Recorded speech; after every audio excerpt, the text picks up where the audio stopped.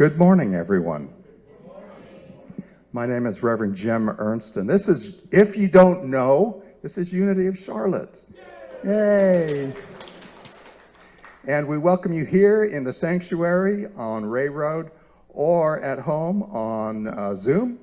And you may be watching this as well on another time on YouTube. So welcome, welcome, welcome.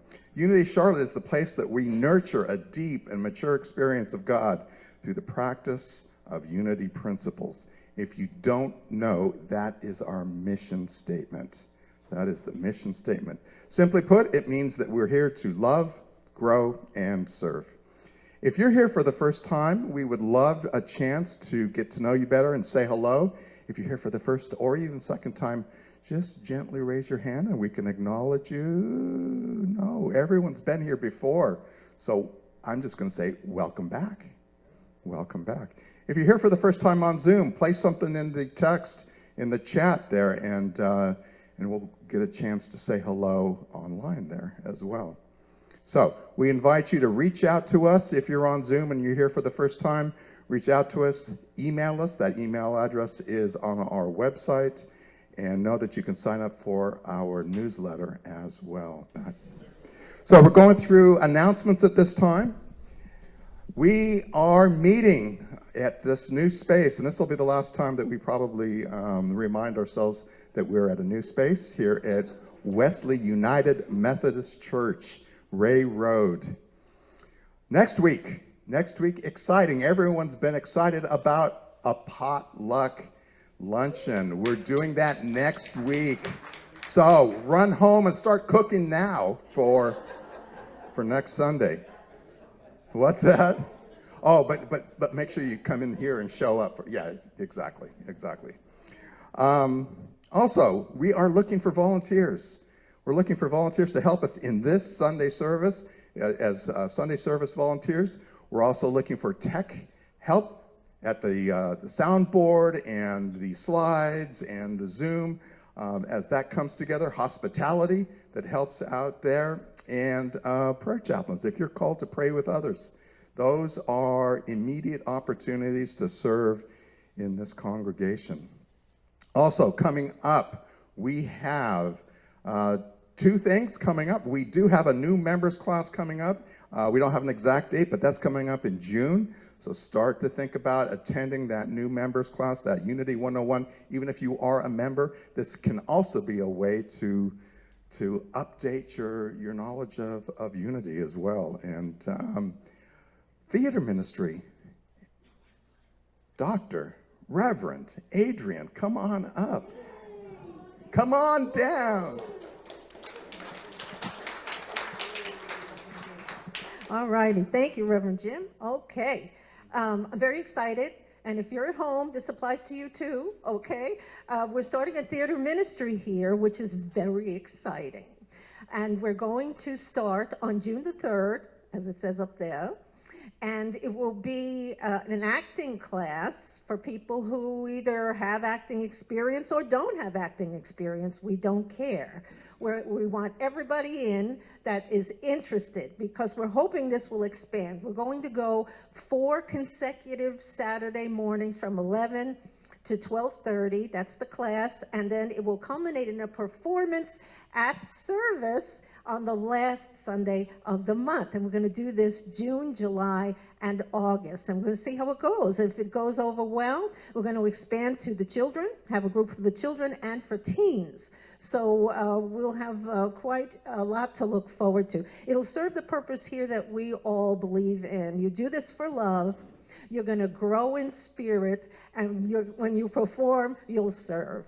And so we're very excited about it. If you have any questions, just let me know, and you can talk to Reverend Lisa and Reverend Jim about it. We're going to have a flyer for you at some point that will give you all the details. So I hope you'll think about it. We're going to incorporate not just acting, but also dance, singing, all of the arts. And we have big dreams. So we hope that everybody has big dreams with us. Thank you, everybody.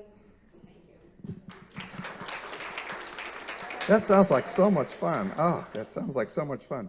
Also, introducing our new logo. You're going to be seeing the introduction of this new logo in things like the newsletter, on the website, as things come up. So we did want to show you that so that you're not surprised and wondering, where did that come from? But our new logo is coming to us in the weeks ahead. Also, our in-person meetings and events, the Belmont group meets on Tuesdays. Men's group, we just had that men's group last Wednesday, so the next one is on the second Wednesday of May. Pub Theology, is this coming? This coming, does it say May up there? It does say May. My notes say April, but May the 4th. May the 4th be with you. And is the way that I remember it, and that's just the way my mind works. Online or utilizing Zoom, we have Dialogue as Service on Wednesdays, A Course in Miracle on Thursdays, and Coffee with the Ministers, a way to get started and prayed up on a Friday morning with the ministers, and that's a great way to get your day started and your weekend started as well. You also see all that information and more on the newsletter, so yeah, make sure that you're signed up for that newsletter. Okay, Unity Prayer of Oneness is our next item here. So please join me in this as together we speak this unity prayer of oneness. So together, there is one presence and one power in my life and universe, God the good, omnipotence. And we claim and affirm this presence in our love, in our lives as love, as love. So at this point, if you have anyone who is near and dear to you, maybe someone who's not here with you at this point, but that you would like to hold in prayer, let's take a moment as we move ultimately into silence. But at this point, we invite you to say their name gently out loud as that energy enters into this room. So say their name at this time.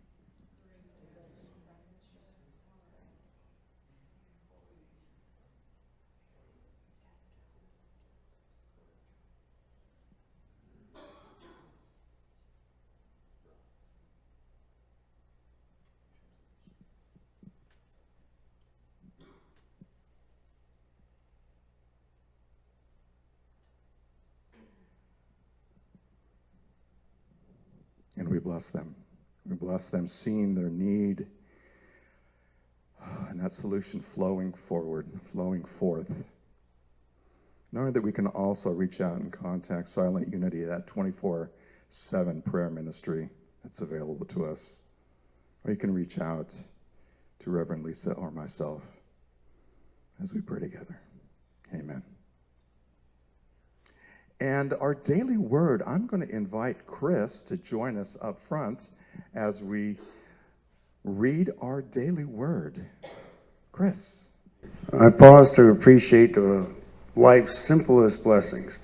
Today I give thanks for the blessings, simplest blessings, the small things that bring a smile to my lips and a warm feeling to my heart, a hug from my friends, a cuddle from my grandchild, or stroking of the soft fur of a beloved pet fills my awareness with love.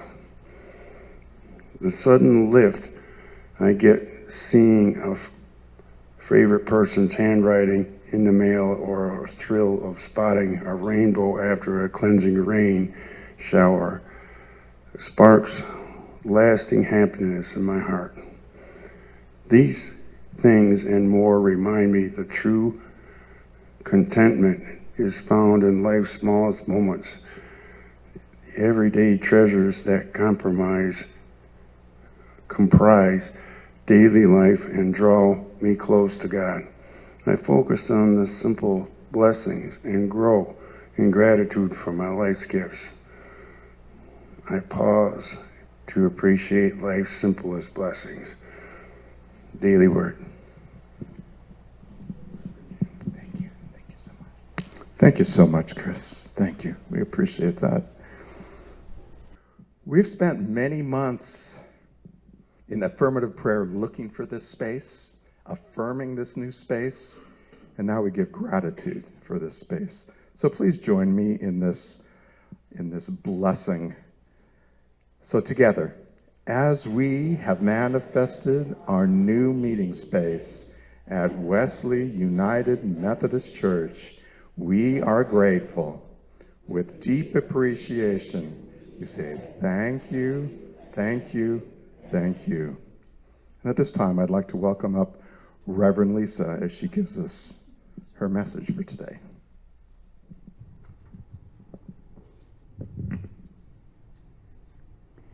Thank you, Reverend Jim, and good morning. Or I have to remember we're now meeting at noon, so I probably should be saying good afternoon.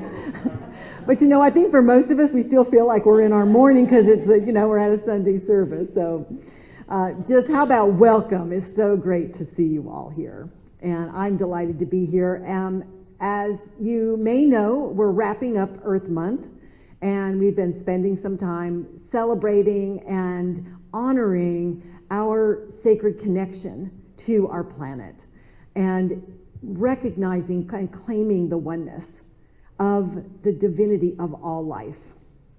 So as I was thinking about what to talk about, you may also know we had Arbor Day celebration on Friday. And I talked a little bit about that in my last talk, and that's where we go plant a tree to claim an abundance now and in our future. So what kept coming to me was the symbol of the tree of life. The tree of life. And I thought, okay.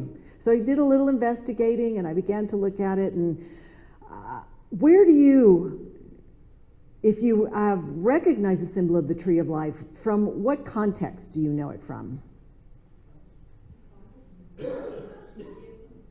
Judaism? Yep. The Kabbalah? Yep, that's Judaism. Anything else?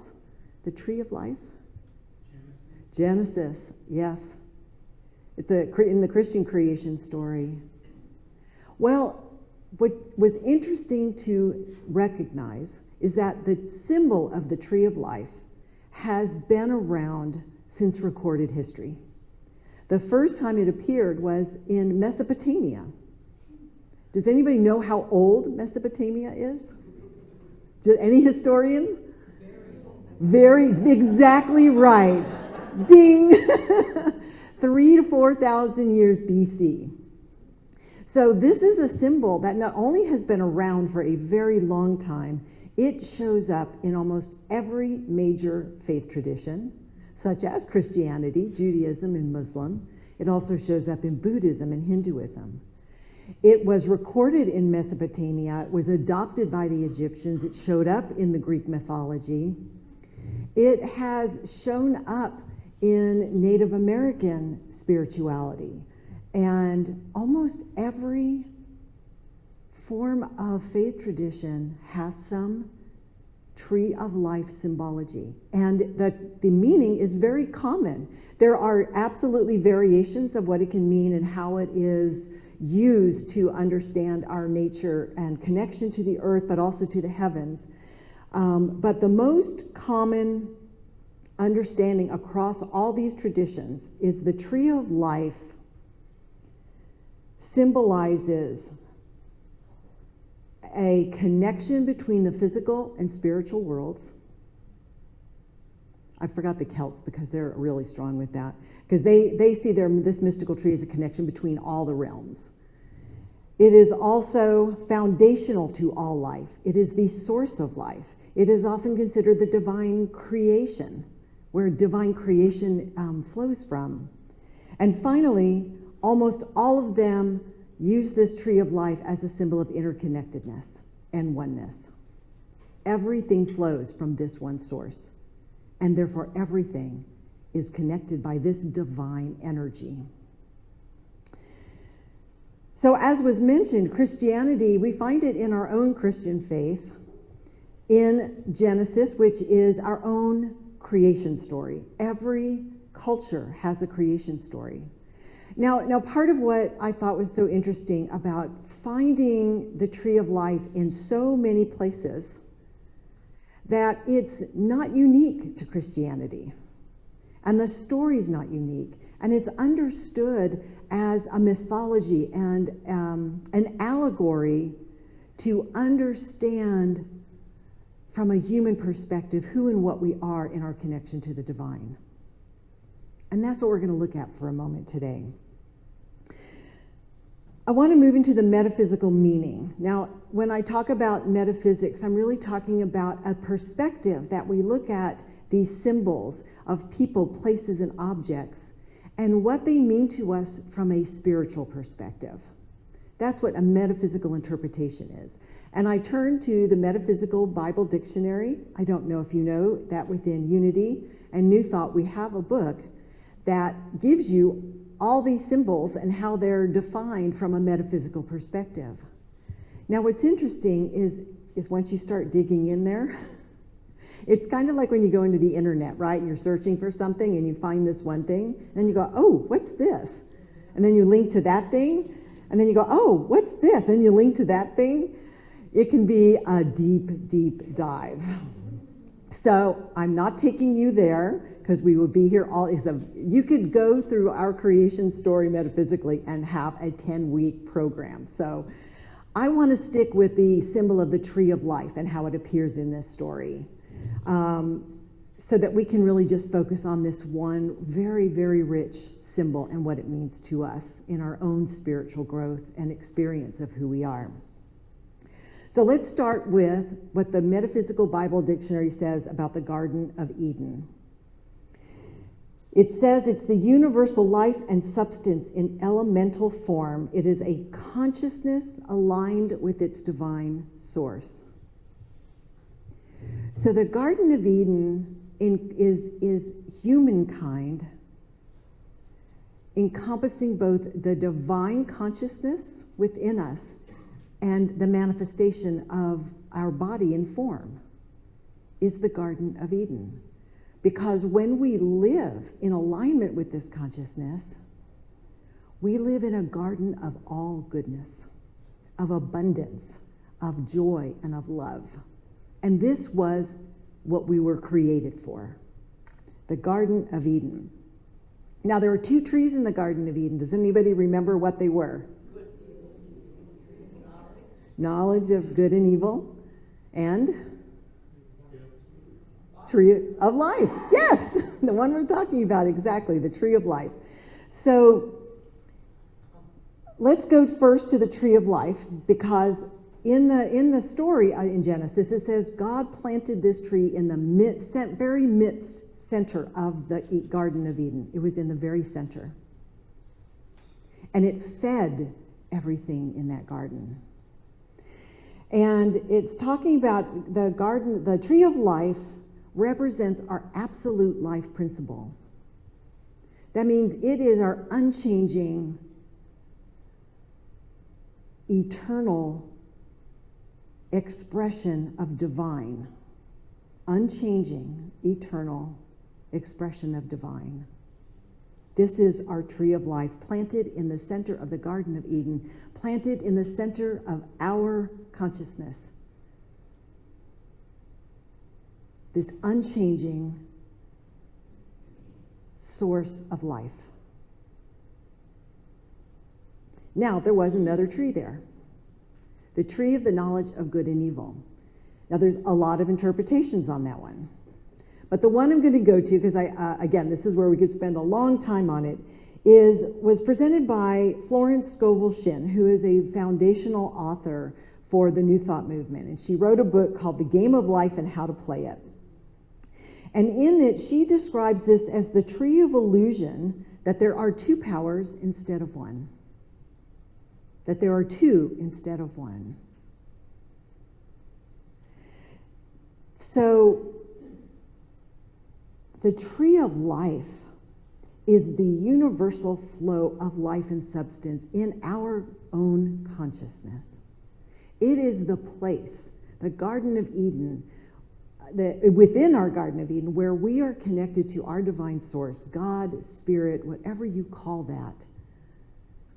And when we are living from that place, we manifest that universal flow of life and goodness. But what happens when you cut a branch from the tree. When you cut a branch off of a tree, what happens to that branch? It dies. It stops growing, and eventually it will wither and die. And that's an allegory used a lot with it, that Jesus used a lot. So we look at that allegory because the idea that we have forgotten the tree of life in the midst of the center of our very being, and we look outside of ourselves and believe this is our source, that this is where we're made, and this is what we created, and this is our life, forgetting that divinity within the center of us. We're like a branch cut off from a tree, and we begin to experience the sense of lack and death at a soul level. In Charles Fillmore's book, he wrote a book called Mysteries of Genesis. He said, and I'm trying to change the gender, so it may come out sounding a little funky, but I think it'll work. He says, humans fell because they did not keep their mind on the source of life. They departed from spiritual consciousness and saw both good and evil. If they had held to the one good, good is the only thing they could have manifested. So, forgetting that in the very center of our being, the tree of life continues to flow. It was never lost. The idea that we left this paradise, this Garden of Eden, was what the Course in Miracles calls a tiny mad idea. That we turned our back on our source of life and began to look outside of ourselves for it. And experienced all the challenges that we experience in this human life. Fear and anxiety and stress and illness. And yet, there's good news. There's good news. It's no accident that the word gospel means good news. Really, Jesus just came back to say, hey, tree of life, right here. You have access to it. Turn around. Turn around and remember. And that's all it takes. Or is it? It sounds easy, doesn't it? I just turn around. Oh, tree of life, yay! I've been looking for you. Where is it? It's in here. Why does it not seem easy to simply return to our home, to once again manifest that Garden of Eden? It's interesting that we use the analogy of a garden because our mind is like fertile, eternal substance, and God planted this divine source of divine ideas with which, as an individual expression of God, and we are God's offspring. Old habits. We are the offspring of God. We're an extension and an expression of that divine mind, that divine energy. So we have that creative power. Oh, I've lost my train of thought. Hang on, it's going to come back. Why is it not easy? Yeah. Because when we turned away and we forgot that this was our source, we began to create a whole bunch of stories and defense mechanisms to deal with the angst and the challenges that were coming up. So the first thing we experience is fear. And we don't want to turn around because we keep trying to do it ourselves. But here's the good news, is you're not doing it yourself. You don't have to do it yourself. There's a place to go within each one of us that will make everything easy. but we have to let go of doing it ourselves. I always kind of struggled a little bit with the idea that I had to surrender to God's will, because it made it sound like it was a will that was going to ask me something that I really didn't like, or it was going to be hard, or I was going to lose something. That's probably the biggest thing, is I think I'll lose something if I surrender to God's will, because I thought God was something separate from me. I thought it was something outside of myself that was going to make a demand on me that I wouldn't like. And as I came into the unity principles and began to understand and experience God as the very expression of who and what I am, as a divine spirit, as a divine soul, expressing in the human expression, I recognized that a surrender to God's will is a surrender to my will. It's a surrender to who and what I am. It's a return to that tree of life, which is that constant divine flow that lives within me. And when I let go of my ideas of who I am in my smallness and allow that to come through, the most amazing experience I had personally was, it felt brand new, like a brand new consciousness. And then it was like, well, this is what I've always been. This is actually who I and what I am. So it's like a new consciousness, because I was coming through a waking up from having forgotten, but it was also coming home. And that's what we're called to do, is to come home to the Garden of Eden, to be called back to that tree of life that remains shining in all its glory in the midst and center of our being. Now, how do we do that? How do we do that? Oops, sorry. Well, it's a work of restoration, awakening, and transformation.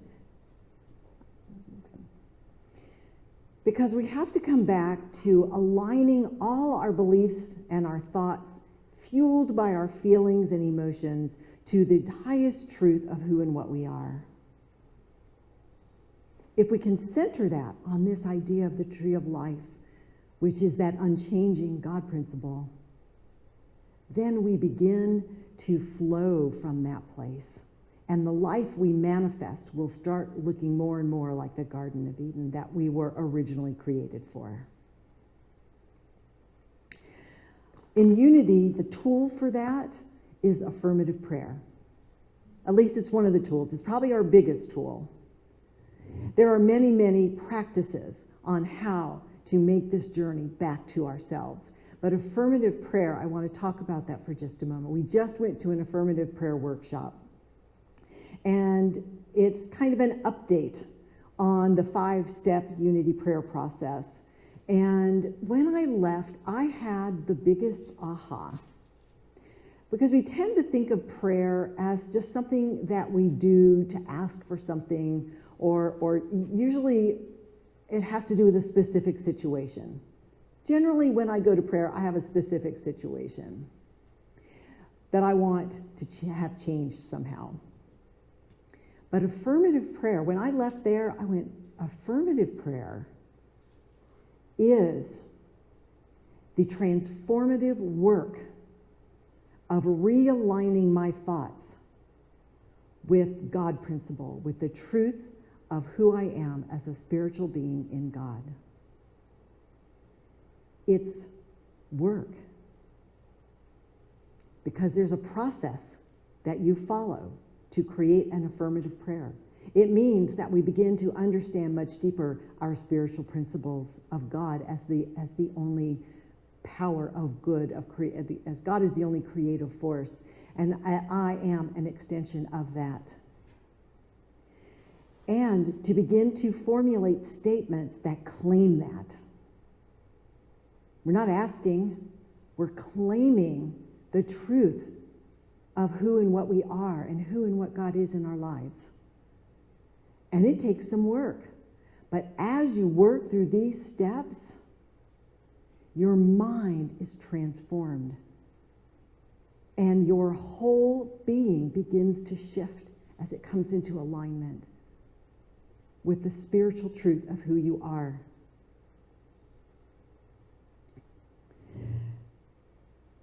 So, I have one more quote here from Charles Fillmore. Charles Fillmore, you know, along with Myrtle, are the co-founders of the Unity Movement. Prayer was their main vehicle. It's what they taught, even before we became Unity Spiritual Centers. And Charles Fillmore says this: God mind is constantly seeking to release its perfection in you. God mind is constantly looking to express its perfection through you and me. When you ask for its guidance and place yourself by prayer and affirmation in mental touch with it, there is a great increase in its manifestation in your life. And that's what affirmative prayer is. And it's a powerful, powerful transformative tool.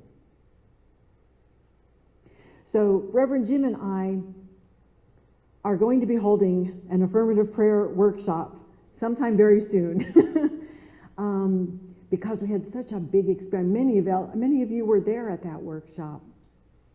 And you are all invited, because this kind of prayer is actually a process of working your way back into an alignment with your spiritual principles and living. It's about restoring, finding, and claiming that tree of life that is at the very center of your being and living from that place. Living from that place. As we were always meant to do. That is our original blessing. We've heard of original sin, but really that's our original blessing, and that's when we return home. So there was an affirmation I wanted to share with you. We have a couple of daily words today. We had another one that really talked about being rooted and grounded in God. So I wanted to share the affirmation. It's up there on the slide. I'm going to say it, and then I would like you to join me in speaking the words. I am rooted and grounded in God, the source of my being. Let's say it again. I am rooted and grounded in God, the source of my being. And one more time. I am rooted and grounded in God, the source of my being. Thank you. Now I'd like to invite you to come into an experience of this tree of life, a tree of light and creative power, the very divine essence that lives within the center of your consciousness and being. So I invite you to sit back and just take a moment to relax into this chair, this space, this time. If you're comfortable, gently close your eyes.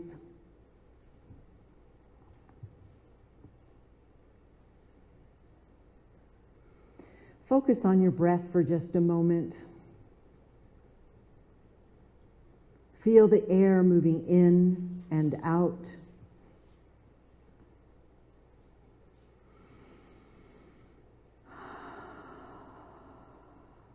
Let that be the only sound you hear right now. And the only sensation is your breath moving in and out.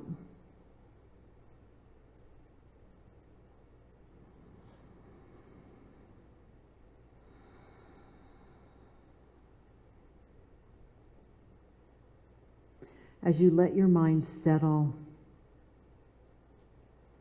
begin to imagine you're standing in front of a tree. Perhaps it's a tree you have seen before in your life, or perhaps it's something that's just coming to you. But as you stand in front of this tree, get a sense of how deeply rooted and grounded it is. Feel the strength, the solidness, the permanence of this tree.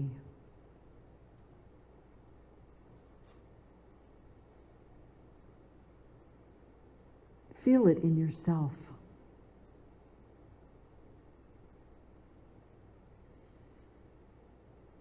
Next, look up into the branches and see them stretching out in all directions as this tree expresses life up and out. And out through the branches, life begins to manifest as leaves and blossoms or fruit. It exudes a vibrance and life-affirming essence.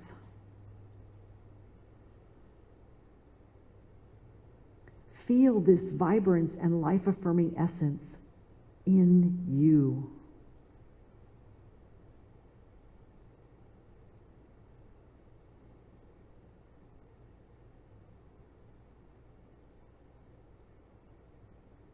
And now imagine light. Light circulating in through the roots, up through the branches, and back around. A light emanating from the strong trunk of this tree. A light emanating from the branches, the leaves, the blossoms, and down into the ground through the roots. This light is divine flow. It is your very spiritual essence, and it flows through you and me.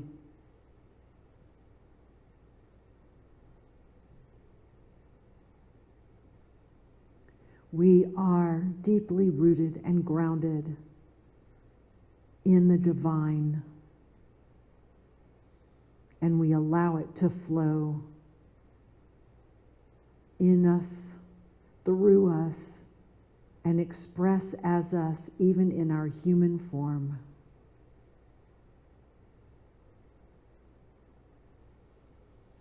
We'll take a moment of silence to just sit in this experience.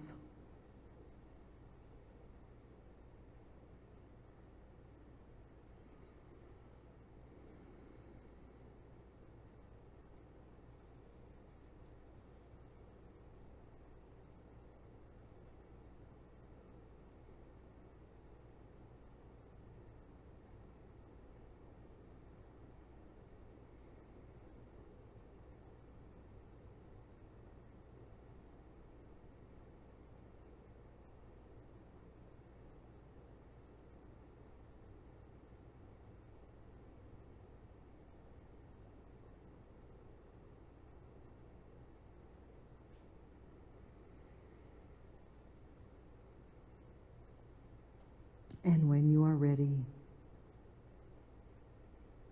gently bring your consciousness back to an awareness of the room,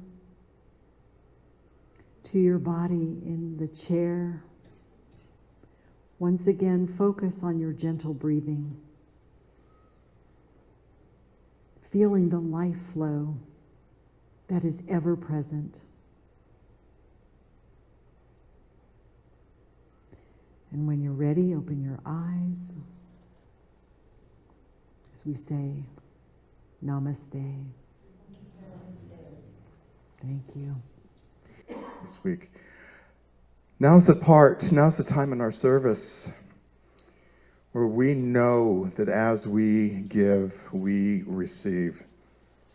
It's through your generous gifts and giving that Unity of Charlotte continues to be the light within this community. So please join me in our offertory blessing. So together, joyously I give this gift, knowing the divine presence blesses and multiplies all that I am, all that I have, all that I give, and all that I receive. The light of God surrounds us. The love of God enfolds us. The power of God protects us. The presence of God watches over us.